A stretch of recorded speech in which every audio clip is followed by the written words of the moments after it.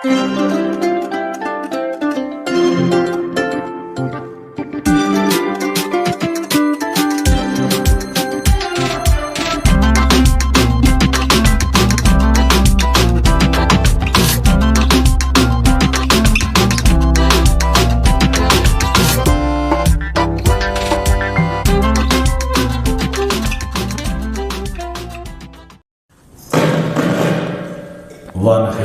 தந்தையாகிய கடவுளிடமிருந்தும் மைந்தரும் இரட்சகருமாகிய கிறிஸ்து இயேசுவிடமிருந்தும் தூய ஆவியானவரிடமிருந்தும் கிருபையும் சமாதானமும் நல் பேராசீர்வாதம் நம் அனைவருக்கும் குறிப்பாக தர்மையான நாளிலே ஆண்டவருடைய திருவீட்டிலே வீட்டிருக்கிற நம் ஒருவருக்கு நீதியாய் உண்டாவதாக. ஆமென். கிறிஸ்து இயேசுவுக்குள் அன்பானவர்களே, இந்த நாள் மறுரூபமாகுதலின் திருநாள் அப்படி என்று அறியப்படுகிறது. The transfiguration of our Lord. நம்முடைய ஆண்டவருடைய மறுரூபம், டிரான்ஸ்பிகரேஷன், உருவத்திலே ஏற்பட்ட மாற்றம், ஒரு அற்புதமான நிகழ்வு. இந்த நிகழ்வை நாம் எப்போது நினைவு கூறுகின்றோமோ, எந்த ஞாயிற்றுக்கிழமை நினைவு கூறுகின்றோமோ, அதை தொடர்ந்து வருகின்ற புதன்கிழமை சாம்பல் புதன்கிழமையாக அறியப்படும். அதுதான் அந்த ஒழுங்கின்படி தான் திருச்சபை அமைத்து வைத்திருக்கிறார்.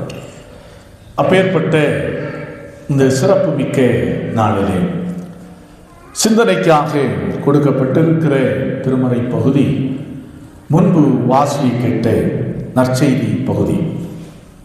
மத்தேயு எழுதிய நற்செய்தி நூல் 17வது அதிகாரம் 1 முதல் 9 முடியுள்ள வசனங்கள்.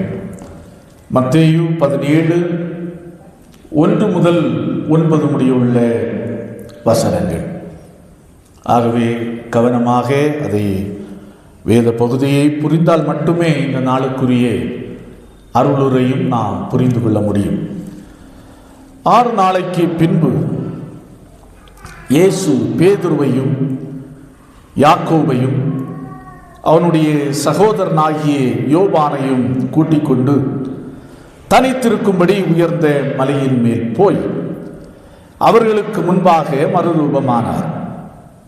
அவர் முகம் சூரியனை போல் பிரகாசித்தது. அவர் வஸ்திரம் வெளிச்சத்தை போல வெண்மையாயிற்று.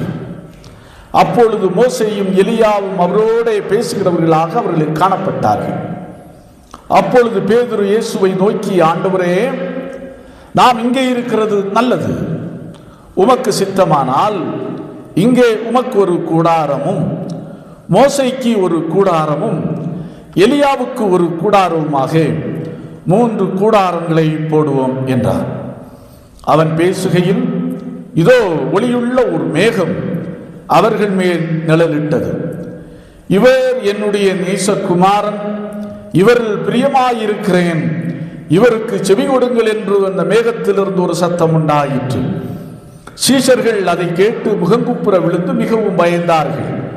அப்பொழுது இயேசு வந்து அவர்களை தொட்டு, எழுந்திருங்கள், பயப்படாதீங்கள் என்றார். அவர்கள் தங்கள் கண்களை ஏறெடுத்து பார்க்கையில் இயேசுவை தவிர வேறொருவரையும் காணவில்லை. அவர்கள் மலையிலிருந்து இறங்குகிற போது இயேசு அவர்களை நோக்கி, மனுஷகுமாரன் மரித்தோரிலிருந்து எழுந்திருக்கும் வரைக்கும் இந்த தரிசனத்தை ஒருவருக்கும் சொல்ல வேண்டாம் என்று கட்டளை இட்டார். கண்களை மூடுவோம், ஆண்டவரை நோக்கி பார்த்து ஜெபிப்போம். வெறுமையான பாத்திரம் வெறுத்து தள்ளாமலே நீரம்பி வழியும் பாத்திரமாய் விளங்க செய்யுமே. வேதத்தில் காணும் பாத்திரமெல்லாம் இயேசுவை போற்றிடுதே.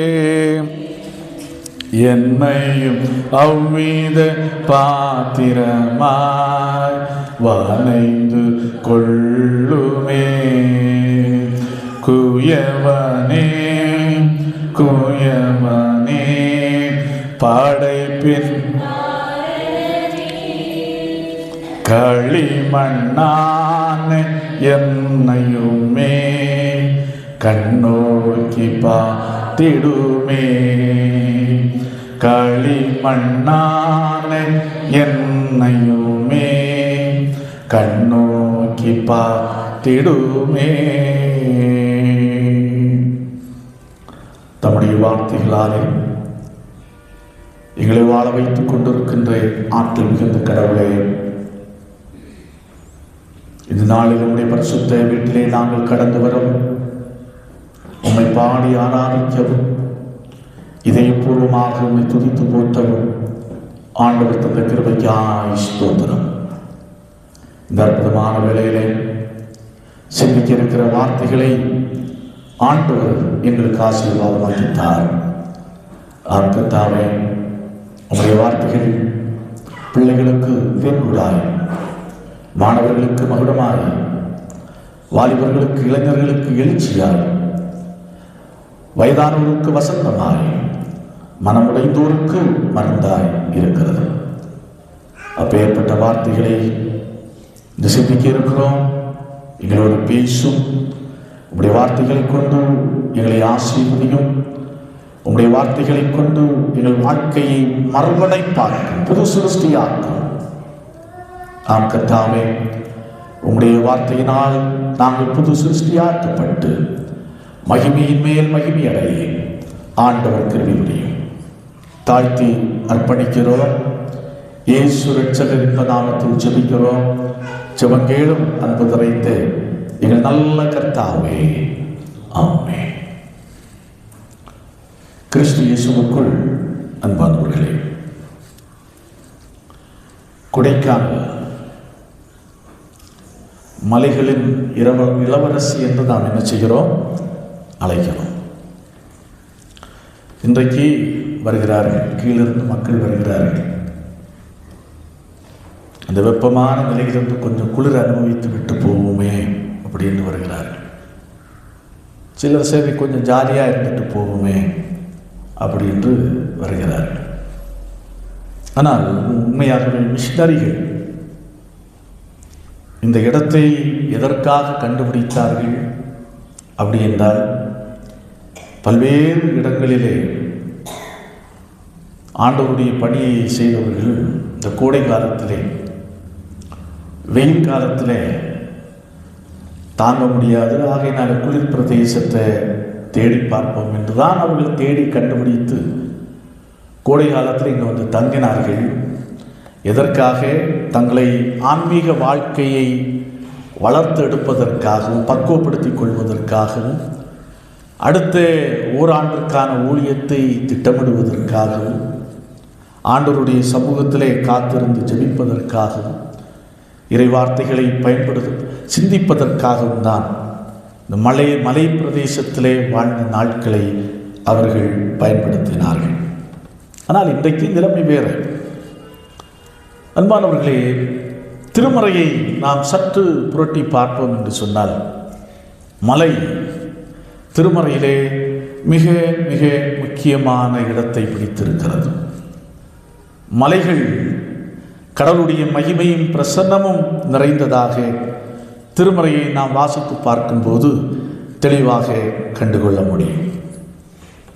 நோவா காலத்தை எடுத்துக்கொள்ளுங்கள். பெருமள்ளம் வந்தது.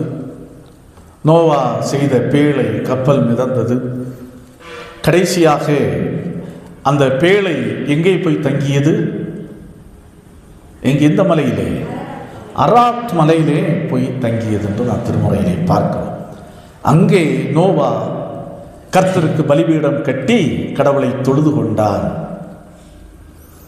அதே போல ஆபிரகாமுக்கு தம்முடைய மகனாகிய ஈசாக்கை பலியிடப்படுவதற்காக காண்பிக்கப்பட்ட மலை எது?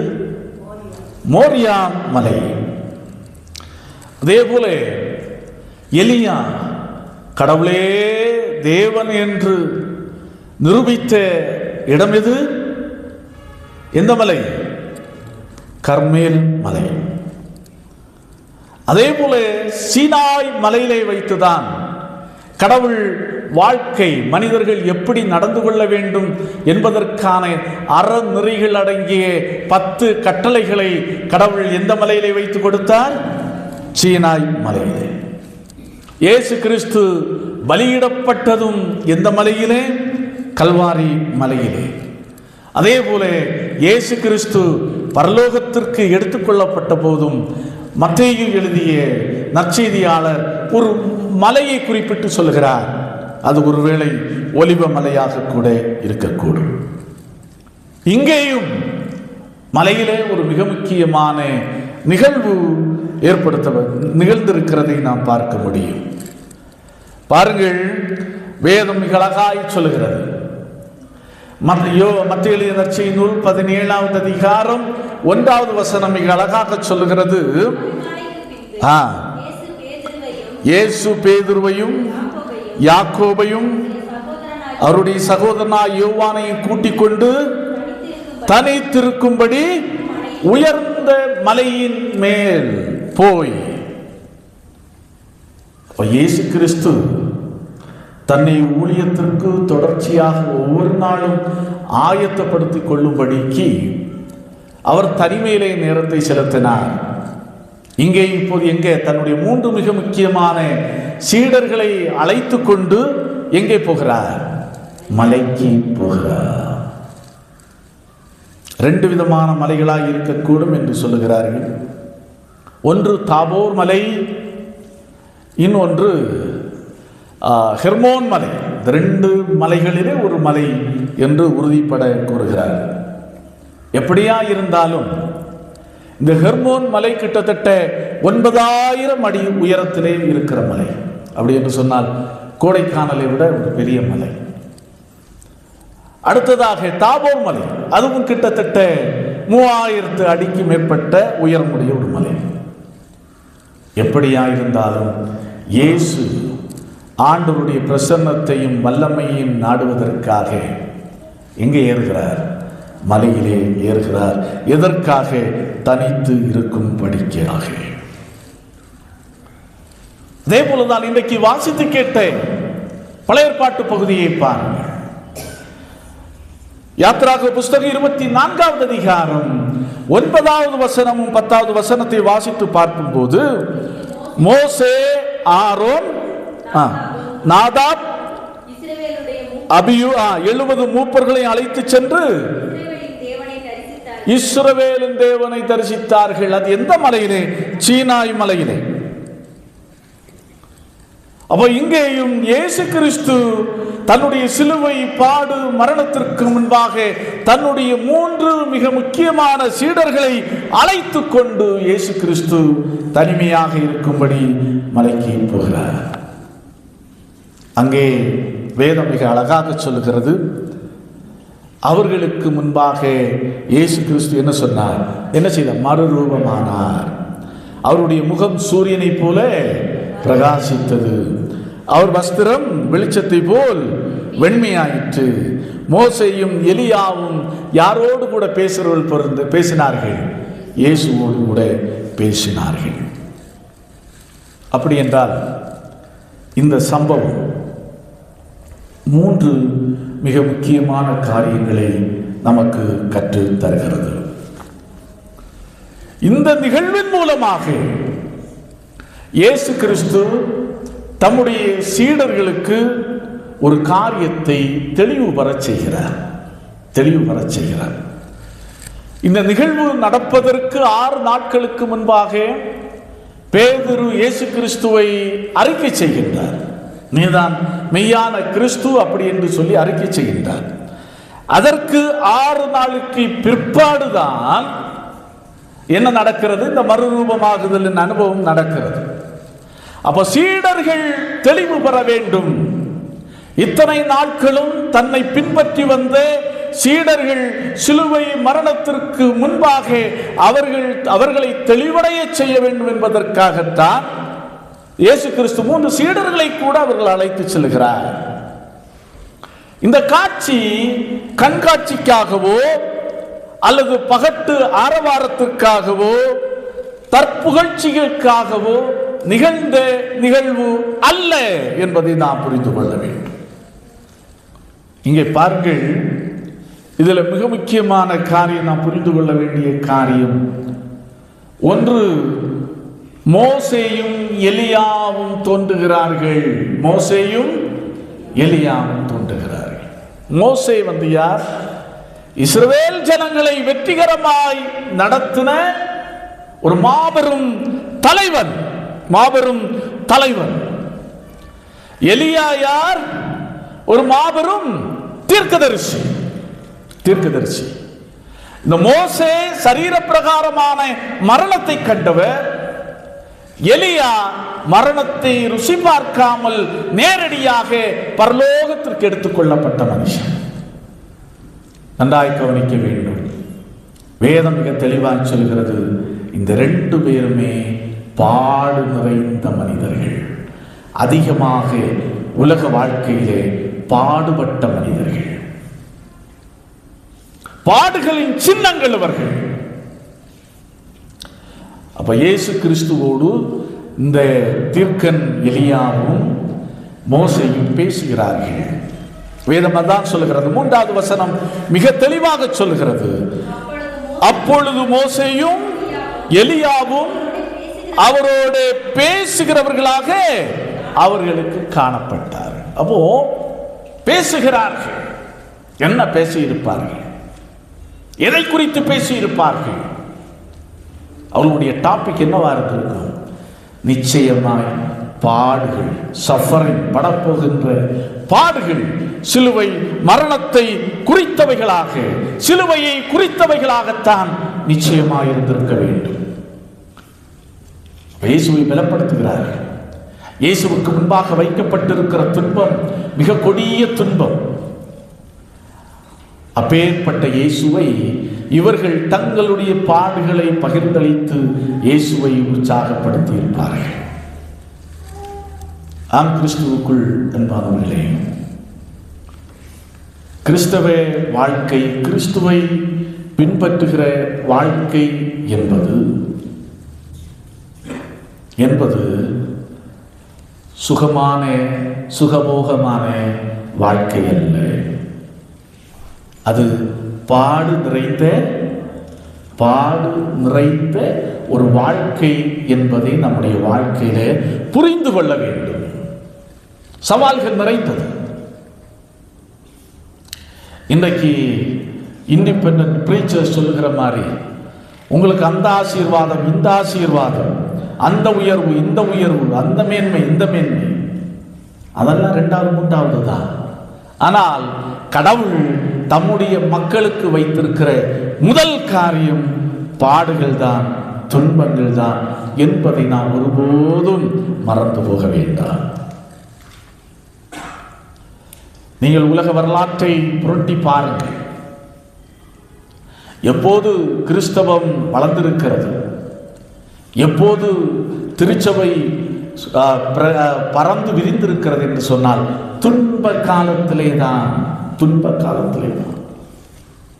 மக்கள் எப்போதெல்லாம் சுகமாக வாழ ஆரம்பித்தார்களோ அங்க வளர்ச்சி இல்லை. அப்ப இயேசு கிறிஸ்து தன்னுடைய மீட்பின் திட்டத்தை நிறைவேற்ற வேண்டும் என்று சொன்னால் சிலுவை மரணத்தை அவர் சந்தித்தே ஆக வேண்டும். அந்த தெளிவை மக்களுக்கு கொடுப்பதற்காகத்தான் இயேசு கிறிஸ்து இந்த 3 சீடர்களை தம்மண்டையிலே அழைத்து கொண்டு போய் அவர்களுடைய கண்கள் காண இந்த மோசையோடும் எலியாவோடும் பேசுகின்ற காட்சி மையப்படுத்துகிறதை நாம் பார்க்கிறோம். ஆனாலும் இவர்கள் தெளிவு பெற்றார்கள் என்று சொன்னால் முழுமையான தெளிவு அடையவில்லை. சில நேரத்திலே அவர்கள் மந்த புத்திகளாகத்தான் இருந்தார்கள். ஆண்டவர் வெளிப்படுத்துகிறார். பாடு, மரணம் வைக்கப்பட்டிருக்கிறது என்பதை இயேசு வெளிப்படுத்துகிறார்.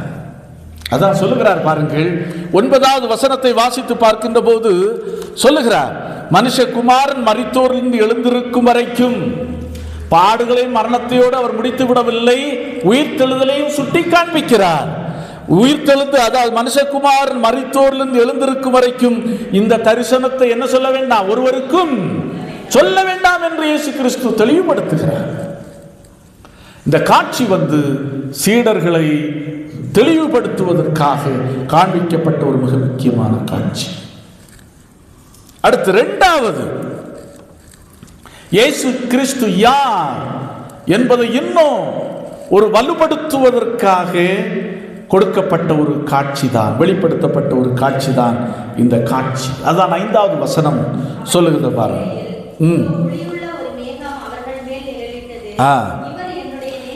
இவர் என்னுடைய நேசகுமாரன், இவருக்கு இவர் மேல் பிரியமாயிருக்கிறேன், இவருக்கு செவி கொடுங்கள். இது 2வது முறை. ஏற்கனவே இதே சத்தம் எப்போது வந்தது? இயேசு கிறிஸ்துனுடைய ஞான ஸ்நானத்தின் போது, ஊழியம் ஆரம்பிக்கின்ற போது இதே சத்தம் வானத்திலிருந்து வந்தது. அடுத்ததாக இயேசு கிறிஸ்து சிலுவை மரணத்திற்கு முன்பாக, அவர் மரணத்தை சந்திப்பதற்கு முன்பாக இந்த குரல், அங்கீகார குரல் ஒலிக்கின்றது. என்னவென்று சொன்னால், இவர் என்னுடைய நேசகுமாரன், இவருக்கு என்ன செய்ய, இவரின் பிரியமாய் இருக்கிறேன், இவருக்கு நீங்கள் என்ன செய்யுங்கள், செவி கொடுங்கள், இவருக்கு நீங்கள் செவி கொடுத்து வாழுங்கள்.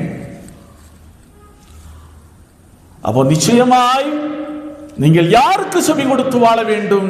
ஆண்டவராகிய இயேசு கிறிஸ்துவுக்கு செவி கொடுத்து வாழ வேண்டும் என்பதை இயேசு கிறிஸ்துவை மீண்டும் அங்கீகரிக்கும் முகமாக இந்த குரல் வானத்திலிருந்து வெளிப்படுகிறது.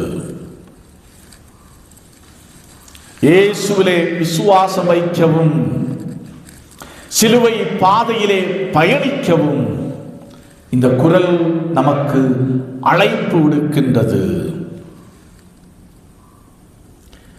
இதன் மூலம் நம்முடைய மனம் புதிதாகுதல் வேண்டும், நம்முடைய உள்ளான மனம் மாறுதல் பெற்று நாம் இயேசு கிறிஸ்துவுக்கு செவி கொடுக்கிற மக்களாக திகழ வேண்டும். அதைத்தான் இயேசு கிறிஸ்து, இந்த குரல், கடவுளுடைய குரல் ஒரு அங்கீகார குரலாக வெளிப்படுகிறது. அடுத்து 3வது பாருங்கள், இயேசு கிறிஸ்துனுடைய தெய்வீக தன்மையை இந்த திருக்காட்சி வெளிப்படுத்துகிறது. 8வது வசனத்தை வாசியுங்கள். அவர்கள் தங்கள் கண்களை ஏறெடுத்து பார்க்கையில் இயேசுவை தவிர வேறொருவரையும் காணவில்லை.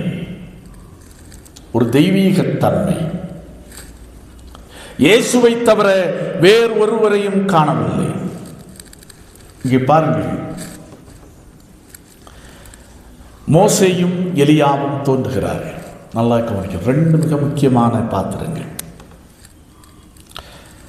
இஸ்ரவேல் சமய வரலாற்றிலே, இஸ்ரவேல் மக்களுடைய வரலாற்றிலே இரட்டை கோபுரங்களாக, ட்வின் டவர்ஸாக நின்றவர்கள் இந்த மோசேயும் எலியாவும். இவர்கள் சாதனையாளர்கள், சிறந்த ஆளுமைக்கான உதாரணங்கள். ஒன்று, இயேசு கிறிஸ்துவோடு இந்த மோசேயும் எலியாவும் பேசும்போது பாடுகளை குறித்து பேசினார்கள். இப்போது உண்மையாக இவர்களுடைய காட்சி எதை வெளிப்படுத்துகின்றது என்று சொன்னால், இயேசு கிறிஸ்துனுடைய தெய்வீக தன்மையை வெளிப்படுத்தி காண்பிக்கிறது. ஏனென்றால் நியாயப்பிரமாணம் யார் மூலம் கொடுக்கப்பட்டது? மோசே மூலம் கொடுக்கப்பட்டது. அதே போல தீர்க்க தரிசனங்கள் தீர்க்கதரிசியின் மூலமாய் கொடுக்கப்பட்டது. அதுல மிக முக்கியமான தீர்க்கதரிசி எலியா தீர்க்கதரிசி. அப்போ நியாயப்பிரமாணத்தின் நிறைவேறுதலாக, தீர்க்கதரிசிகளால் உரைக்கப்பட்ட தீர்க்க தரிசனங்களின் நிறைவேறுதலாக இயேசு கிறிஸ்து விளங்குகின்றார் என்பதைத்தான் இந்த காட்சி தெரியப்படுத்துகிறது. இயேசு கிறிஸ்துவுக்கு அப்பால் இனி வேற எந்த தீர்க்க தரிசனமும் இல்லை. இயேசு கிறிஸ்துவை தாண்டி எந்த நியாயப்பிரமாணமும் இல்லை. ஆகவே நியாயப்பிரமாணம் மற்றும் அதாவது தீர்க்கதரிசிகளால் உரைக்கப்பட்ட தீர்க்க தரிசனங்களின் நிறைவேறுதலாக இயேசு கிறிஸ்து விளங்குகின்றார். அதான் பாருங்கள், இந்த காட்சியிலே 3 பேர் சீடர்களுடைய கண்களுக்கு அரைமயக்க தூக்கத்திலே பார்க்கிறார்கள். ஆகையினால் இந்த சத்தம் கேட்டவுடனே மோசேயும் எலியாவும் மறைந்து விடுகிறார்கள். இயேசு மட்டும்தான் என்ன செய்கிறார்? தனித்து நிற்கின்றார். அப்போ மீட்பின் காரணர் இயேசு மட்டுமே. அதான் பாடல், அருமையான ஒரு பாடல் நம்முடைய பாடல் புத்தகத்திலே உண்டு. இவரே பெருமான், மற்ற பேரல்லவே பூமான், இவரே பெருமான். இன்னொரு பாடல் இருக்கிறது, இயேசுவை அன்றி வேறொரு இரட்சகர் காசினில் தனில் உண்டோ. இயேசுவே கிருபாசனபதியே. இந்த பாடல்கள் எல்லாம் இயேசு கிறிஸ்துனுடைய தெய்வீக தன்மையை வெளிப்படுத்துகிறது. வழிபாட்டிற்குரிய, தொழுகைக்குரிய, ஆராதனைக்குரிய நாயகன் இயேசு மட்டுமே என்பதைத்தான் இந்த தென்காட்சி நமக்கு தெளிவுபடுத்துகிறது. அவரை ஆராதிக்கின்ற தருணத்திலே, அவரை பின்பற்றுகின்ற தருணத்திலே நமக்கு எல்லா ஆசீர்வாதங்களை விட நமக்கு முன்வைக்கப்பட்டிருக்கிற ஒரு பெரிய ஆசீர்வாதமான காரியம், சிலுவையை சுமந்து நாம் அவருக்கு பின் செல்ல வேண்டும் என்பதுதான். சுபிட்சமான, சுகமான, அருமையான பஞ்சமத்தை நிறைந்த வாழ்க்கையை இயேசு பிராமிஸ் பண்ணவில்லை. நமக்கு முன்வைக்கப்பட்டிருக்கிறது சிலுவை. இதைத்தான் வட மாநிலங்களிலே இன்று சந்தித்து வருகிறார்கள் கிறிஸ்தவ மக்கள். ஆலயங்கள் நொறுக்கப்படுகின்றன, மக்கள் தாக்கப்படுகிறார்கள். எல்லாவற்றுக்கும் மேலாக அண்மையிலே ஒரிசா மாநிலத்திலே இன்னொன்று நடந்தது. ஒரு போதகரை, ஒரு சுவிசேஷகரை பிடித்து வந்து மாட்டு சாணி அவருக்கு வாயில் என்ன செய்கிறார்கள்? நுழைத்து அவரை ஊர்வலமாக அழைத்து செல்கின்ற ஒரு காட்சி. அப்போது இப்பேற்பட்ட பாடுகளையும் சோதனைகளையும் சகிப்பதற்கான ஆற்றலும் வலிமையின் உற்சாகத்தையும் எது தருகிறது என்று சொன்னால் இந்த மறுரூபமாகுதலுடைய அனுபவம் நமக்கு தருகின்றது. அப்படி என்று சொன்னால் நமக்கு தேவை, இன்றைக்கு அவசியமான தேவை, நம்முடைய உள்ளம் மறுரூபம் அடைய வேண்டும். உள்ளத்திலே ஒரு மாற்றம் நிகழ வேண்டும். உள்ளத்திலே நாம் ஒரு மாற்றம் அடைய வேண்டும். ஒருவேளை நாம் சுயநலம் மிக்கவர்களாக வாழ்ந்து கொண்டிருக்கலாம், ஏதோதானோ என்று நம்முடைய வாழ்க்கையை ஓட்டிக் கொண்டிருக்கலாம், அல்லது கடமைக்காக கிறிஸ்துவை பின்பற்றுகிறவர்களாக நாம் இருக்கக்கூடும். ஆனால் ஆண்டவர் நமக்கு மீண்டும் இந்த 2026 ஆண்டில் ஒரு வாய்ப்பை தருகிறார். சாம்பர் புதன்கிழமைக்குள்ளாக ஒரு நோன்பு காலத்துக்குள்ளே அடியெடுத்து வைப்பதற்கு முன்பாக ஆண்டவர் நமக்கு ஒரு வாய்ப்பை தருகிறார். என்ன வாய்ப்பை தருகிறார் என்று சொன்னால், நம்முடைய உள்ளம் என்ன செய்ய வேண்டும்? உருமாற்றம் அடைய வேண்டும். சுயநலங்களை களைந்து, வைராக்கியங்களை களைந்து, கெட்ட எண்ணங்களை களைந்து ஆண்டவருக்கு ஏற்ற ஒரு புதிய படைப்பாக நம்முடைய உள்ளம் மாற வேண்டும். அப்படி என்று சொன்னால் நாம் அடியெடுத்து வைக்க இருக்கின்ற இந்த தவகாலம், 2026 ஆண்டு தவகாலம் நமக்கு நிச்சயமாய் ஆன்மீக வாழ்வுக்கு ஒரு வசந்த காலமாய், நம்முடைய ஆன்மீக வாழ்க்கையிலே திருப்பு முனையை ஏற்படுத்துகின்ற ஒரு காலமாய் அமையும் என்பதிலே எந்த விதமான சந்தேகமும் இல்லை. ஆகவே ஆண்டவருடைய கிருபையை நாம் சார்ந்து கொள்ளுவோம். ஆண்டவரே, என் உள்ளத்தை மறுரூபப்படுத்தி என் உள்ளத்திலே ஒரு மாற்றத்தை தந்து என்னை புதிய படைப்பாக்க. அதான் வேதம் மிக அழகாக சொல்கிறது, ஒருவன் கிறிஸ்துவுக்குள் இருந்தால் எப்படி இருக்கிறார்? புது சிருஷ்டியாய் இருக்கிறார், புது படைப்பாய் இருக்கிறார். ஆண்டவரே, இந்த 2026 ஆண்டு தவகாலத்துக்குள்ளே பிரவேசிக்கிற என்ன ஒரு புதிய படைப்பாக நான் அந்த நாட்களுக்குள்ளே பிரவேசித்து அந்த நாட்களை எனக்கு ஆன்மீக வளர்ச்சிக்கு பிரயோஜனமான நாட்களாக மாற்றித்தாரும் ஆண்டவரே என்று கேட்போம். நிச்சயமாய் பிரவேசிக்க இருக்கிற தவகாலம் நமக்கு ஆன்மீக வாழ்வுக்கு ஒரு எழுச்சி மிகுந்த காலமாக அமையும். ஆண்டவர் தாமே இந்த வார்த்தைகளை கொண்டு நம்ம ஒருவரையும் ஆசீர்வதிப்பாராக. ஆமென். எல்லாவற்றுக்கும் மேலான தெய்வ சமாதானம் உங்கள் இருதயங்களையும் சிந்தனைகளையும் கிறிஸ்து இயேசு நாமத்தால் காத்துக் கொள்வதாக. ஆமென்.